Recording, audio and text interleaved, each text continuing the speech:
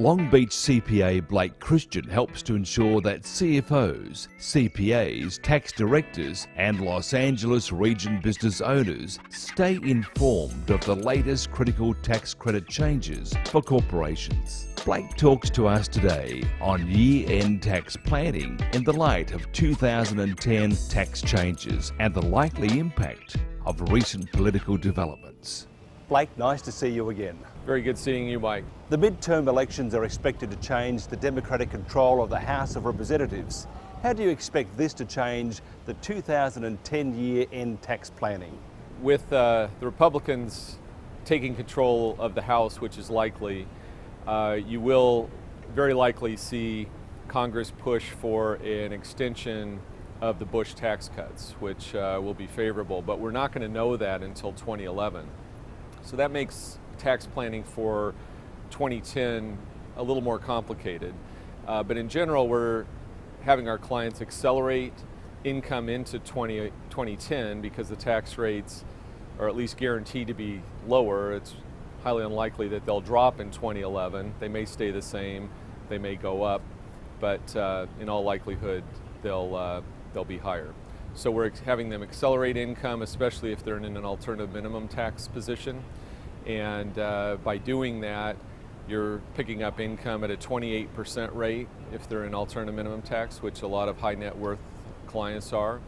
And if they are not in the AMT, we're still having them often accelerate, including converting their IRA accounts to Roth IRAs in many cases, because that, even though you prepay the tax on that income, you end up not paying tax at all if you hold that Roth IRA account for 5 years. So that's very valuable. The Obama administration and Congress have passed a few stimulus packages over the past 2 years. How has this helped your clients? Well, it's been pretty limited. These stimulus packages take quite a long time to filter through the economic system, and so we've not seen much benefit. From a client standpoint, we have had clients purchase more fixed assets, which was one of the purposes. They can expense up to $500,000 of fixed asset purchases. If they buy a building, certain improvements to those buildings can be written off more rapidly. So that did have a somewhat stimulative effect, but we're still seeing a lot of companies struggle. Mainly the credit markets are still a bit frozen, and only the very, very large Fortune 1000 type companies have ready access to the capital markets, so that's a real problem. So Blake, are you seeing economic improvement in the California and Los Angeles regions? It depends on the industry. Unfortunately, with a very large import-export and the port infrastructure here, they've been hit pretty hard. A lot of downturn in jobs in that sector, and that's a real driver for the economy. So it's restaurants, hospitality have still been hit. We're starting to see a little bit of an uptick now. Really, the companies that have done really well in this poor economy are those that are not very leveraged. They don't have a whole lot of debt and not relying on the banks and things. They've still prospered very well and have consolidated, purchased other companies, and so from that standpoint, it's the stronger have survived and thrived.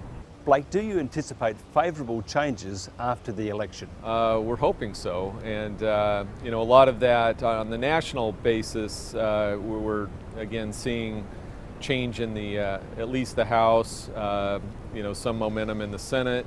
And so that's going to probably do a lot to having a little more business-friendly legislation there. California is a little bit more of a wild card because we really don't know. That seems to be trending that there's not going to be a change and a swing to maybe a little more fiscal responsibility and things. So California and the Los Angeles region, I think, are still in for, we're going to probably lag the country in terms of recovery from the way it looks. I understand that Congress passed a major small business tax bill last month. What are some of the details and how is this helping your clients? The 2010 tax bill had some nice provisions in it. again, our clients benefit quite a bit from the Internal Revenue Code Section 179 asset expensing provisions, where the first $500,000 of equipment, computers, desks and chairs, production equipment can be expensed in the year purchased. You don't have to capitalize and depreciate those. So that's very valuable.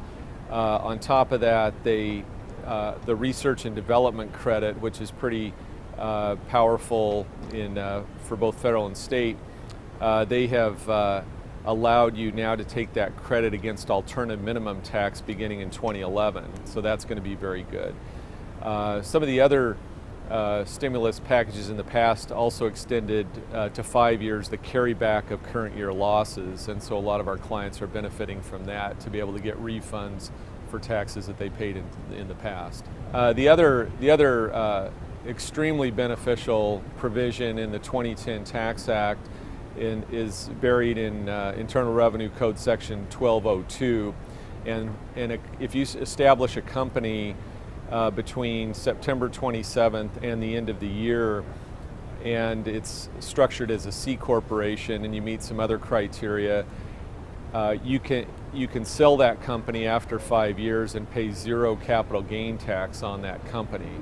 And so it's a real incentive to establish new businesses and hire people. With the high unemployment within California and nationally, are there any tax incentives which can help reduce the unemployment rate? There's actually a whole host of hiring incentives. The federal, one of the earlier federal stimulus packages brought in the HIRE Act, which is a federal provision, and that allows a 6.2% immediate benefit in the form of a reduction to your Social Security tax payments by the employer. And so even a company that's not profitable can benefit that immediately, as long as they hire somebody that was unemployed for a period of time before they were hired. And then if they keep them on for a year, they get an additional $1,000 credit.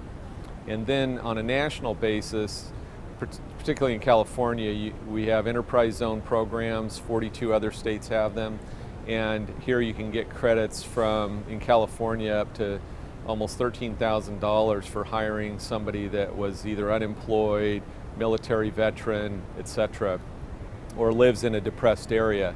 And in other states, it can range from $15,000 to $500. So businesses should look at that every time they hire a new person to see if there are programs in their jurisdictions.